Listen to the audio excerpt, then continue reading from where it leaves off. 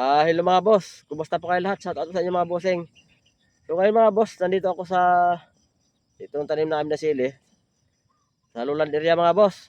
So medyo matagal tayo mga boss hindi nakapag-upload ng video sa ating channel. Ngayon mga boss, bigyan ko kayo mga boss ng update dito sa aming siling panigang. Dito mga boss sa Luland area. Dito sa taniman ng palay. At dito mga boss, nakatapos na kami mag-install ng trellis. Dito mga boss at ipakita ko sa inyo kung paano ba yung ginawa namin dito na pag-install.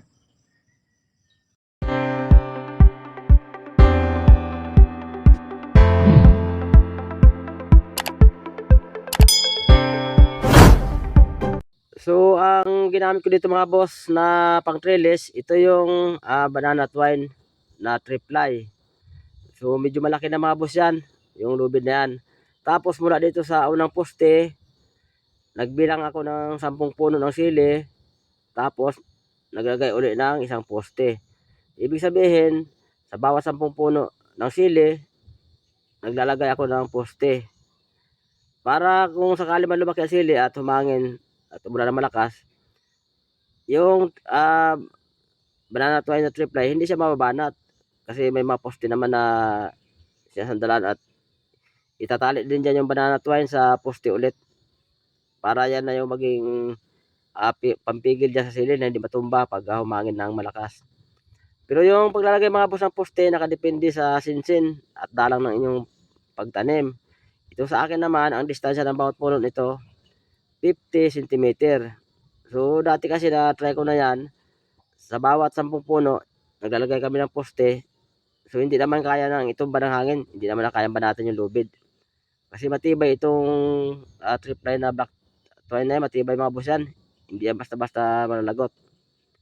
Pero yung paglalagay mga boss yan, kailangan mahigpit siya talaga, banatin yung todo bago nyo siya ilak sa poste. Yung talagang wala siyang lawlaw para pagka lumaki sila at sumandig yung sili dyan at mahangin, hindi sasama yung lubid, hindi siya mababanat. Ito mga boss yung poste na ginamit ko, ito yung mga puno ng kawayan. So ayan mga bossing, malaki yan mga boss, kaya biyak ko na lang kasi sobrang laki naman. Mahirap na rin ibaon pag pinukpok yan, pag hindi hinati-hati. Yung kalahati ng isang puno na hindi gaano kalakihan, matibay na mga boss yan, hindi na kayang baliin yan. Kasi dati nga yung sili namin dito noon, dinadaanan ng malakas na bagyo. Hindi naman nabali yung poste. Ang naging problema lang nung talaga malakas ang hangin, yung mga sili ang nagkakabali, yung mga sanga, kasi nga hindi naman siya matutumba. Kasi hindi naman niya kaya lagutin yung lubid. So talagang kaya siyang pigilan ng lubid na triply.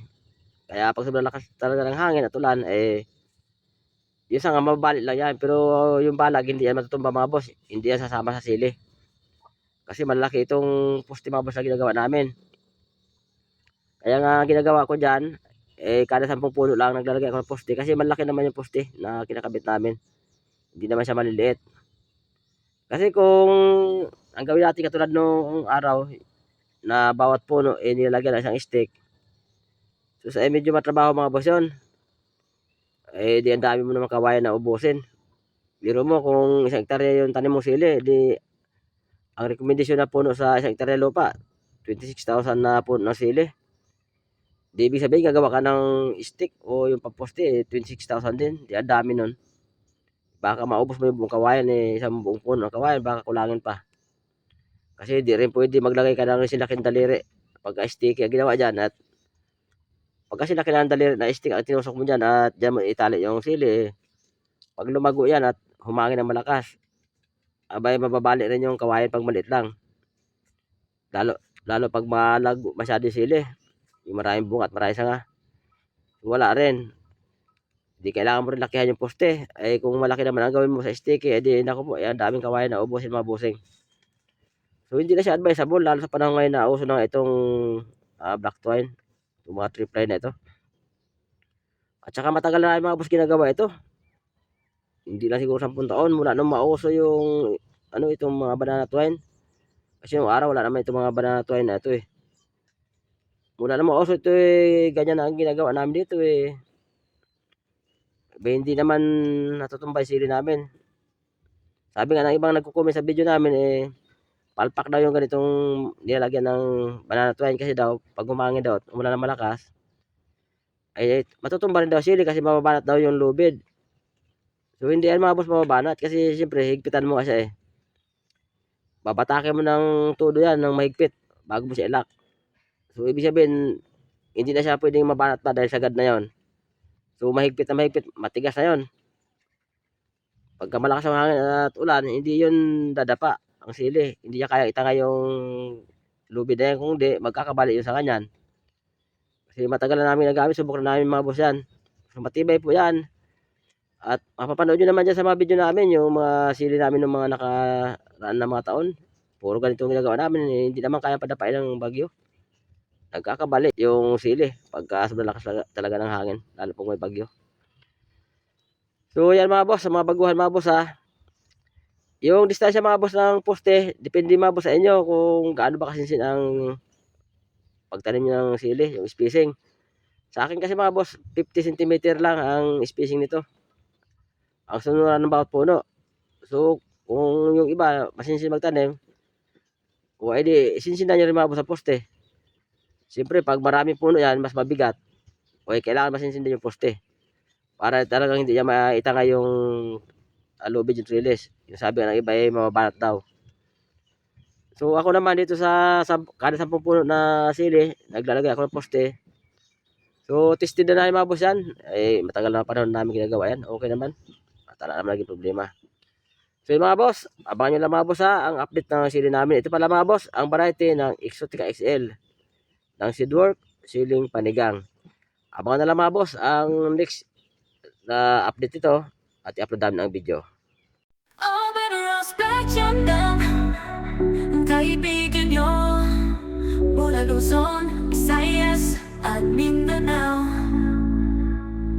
Kaibigan ng mga magsasaka, Albatross Black Channel. Nagbabahagi ng kaalaman kung paano magtanim at mag-alaga ng mga sili, gulay, palay at iba pa. Kaya kung baguhan ka at ngayon ka palang magtatanim, dito ka lang manood kay Albatross Black Channel at sigurado may matutunan ka. Step by step kung paano magtanim at mag-alaga ng mga sili, gulay, palay at iba pa. Albatross Black Channel, share tips and technique about sili farming and other vegetable crops. Dito ka lang manood kay Albatross Black Channel. Kaibigan ng mga sili farmers, Luzon, Visayas at Mindanao.